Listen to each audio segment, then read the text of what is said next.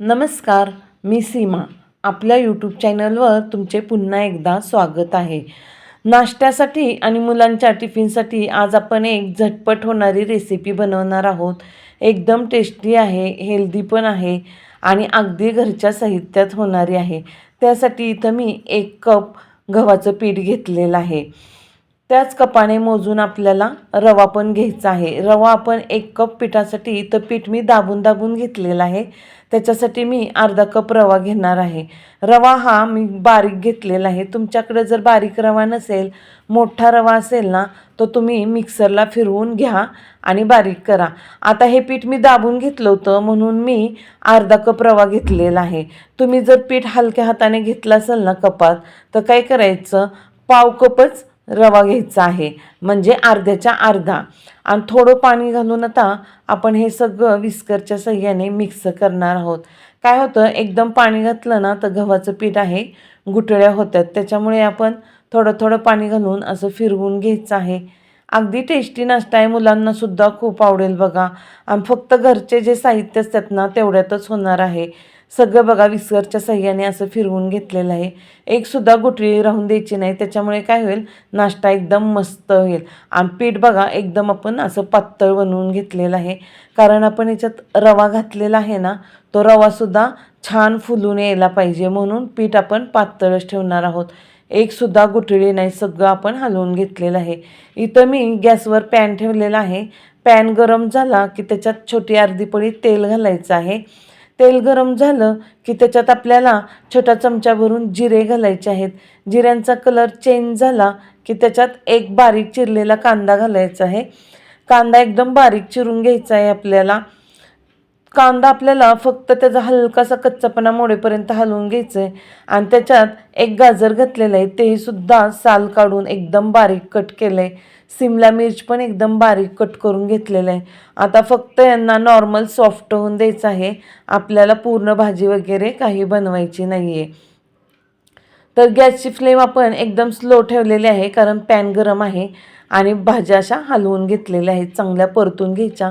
चवीनुसार थोडंसं मीठ घातलेलं आहे, कारण याच्यात आळणीपणा राहू नये म्हणून आपल्याला मीठ घालायचं आहे. 2 मिनटं चांगले अशा हलवून घ्यायच्या एकदम स्लो गॅसवर. आता तोपर्यंत हे पीठ ठेवलं होतं आपण बॅटर, ते सुद्धा एकदम छान भिजलेलं आहे. रवा सगळा एकदम मस्त फुलून आला आहे, त्याच्यामुळे बॅटर दाटसर झालेलं आहे. तर त्याच्यात पाणी ओतून आपण एकदम सळसळीत असं करून घ्यायचं आहे.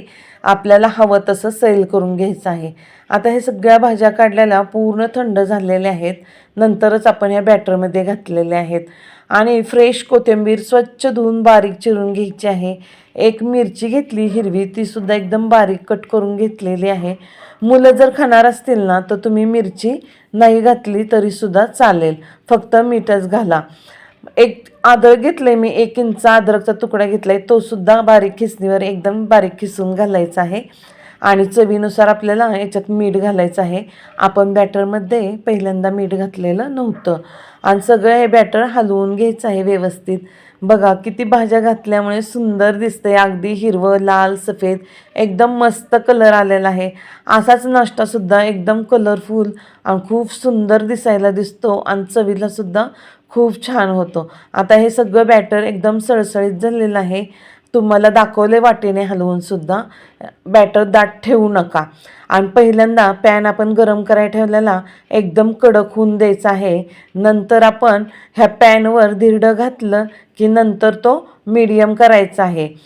बघा आता हे धिरडं असं हलक्या हाताने घालून घ्यायचं आहे, वाटीच्या साहाय्याने पहिल्यांदा कडणी पसरून घ्यायचं आहे. आणि एकदम पातळ घातल्यामुळे पटकन असं उलटता पण येतं आणि जाळीसुद्धा खूप सुंदर पडते. बघा किती छान जाळी आलेली आहे आणि एकदम मस्त कुरकुरीत क्रिस्पी असं झालेलं आहे. तुम्हाला हवं असल्यास दोन्ही साईडनी भाजून घेतलं तरीसुद्धा चालेल, किंवा एका साईडनी भाजलं तरीसुद्धा चालेल. खूप छान लागतं बघा, एकदम क्रिस्पी अगदी कुरकुरीत झालेलं आहे. अगदी 2 मिनटात होतं. तुम्हाला अजून एकदा बनवून दाखवते. पुन्हा एकदा आपण पॅनला इथं थोडंसं हलकंसं तेल लावायचं आहे. आणि हे बॅटर बघा एकदम पातळ सळसळीत केलेलं आहे, त्याच्यामुळे एकदम मस्त होतं धिरडं.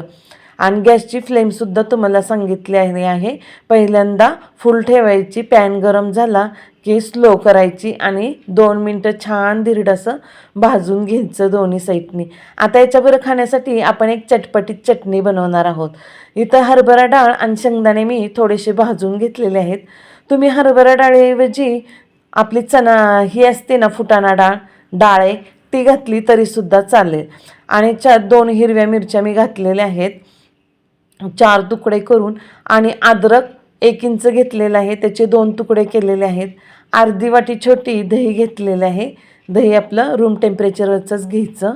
आणि त्याच्यात आपल्याला चवीनुसार आता एक छोटा चमचा साखर घालायची आहे आणि 1 छोटा चमचा मीठ घालायचं आहे. याच्यामुळे काय होतं, चटणीला खूप छान असा चटपटीतपणा येतो. मस्तपैकी अशी रबरबीत चटणी मिक्सरला बारीक करून घ्यायची. तडका पॅनमध्ये इथं तेल कडक झालं की त्याच्यात पहिल्यांदा मोहरी घालून घ्यायची. मोहरी छान तडतडली की नंतर जिरे घालायचे, भरपूर कढीपत्ता घालायचा आणि सुक्की लाल मिरची असते ना ते घालून चांगली फोडणी एकदम बसून द्यायची. आणि नंतर ती फोडणी आपल्याला चटणीवर ओतायची आहे. चटणीवर ओतलेली फोडणी सगळ्या चटणीत चमच्याच्या सहाय्याने मिक्स करून घ्यायची. एकदम मस्त होते चवीला, अगदी चटपटीत. तुम्हाला घरात नारळ वगैरे नसला ना तरी काही टेन्शन नाही. आणि धिरड्याबरोबर ही चटणी एकदम मस्त लागते चवीला आणि अगदी झटपट होता हा नाश्ता. तुम्हीही बनवा आणि माझ्या चॅनलला लाईक आणि सबस्क्राईब करा.